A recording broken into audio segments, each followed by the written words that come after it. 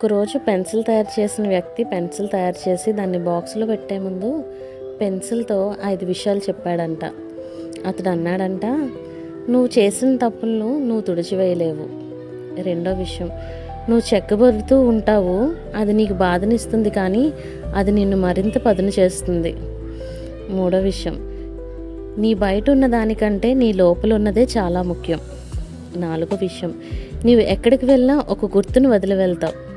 ఐదో విషయం, నిన్ను పట్టుకుని రాయిస్తున్న చెయ్యిని నువ్వు నడిపించనివ్వాలి. ఈ కథ దేవునితో మన యొక్క జీవితాన్ని సూచిస్తుంది కదా. ఎలా అంటే, మనం తప్పులు చేస్తే దేవుని యొక్క కృప వాటిని తుడిచేస్తుంది. మన జీవితంలో మనకు వచ్చిన శ్రమలు, నిందలు, అవమానాల ద్వారా మనం చెక్కబడుతూ ఉంటాం, కానీ అవి మనల్ని బలపరుస్తూ ఉంటాయి. మనకున్న పైరూపం కాదు, మన హృదయమే మనకు ముఖ్యం.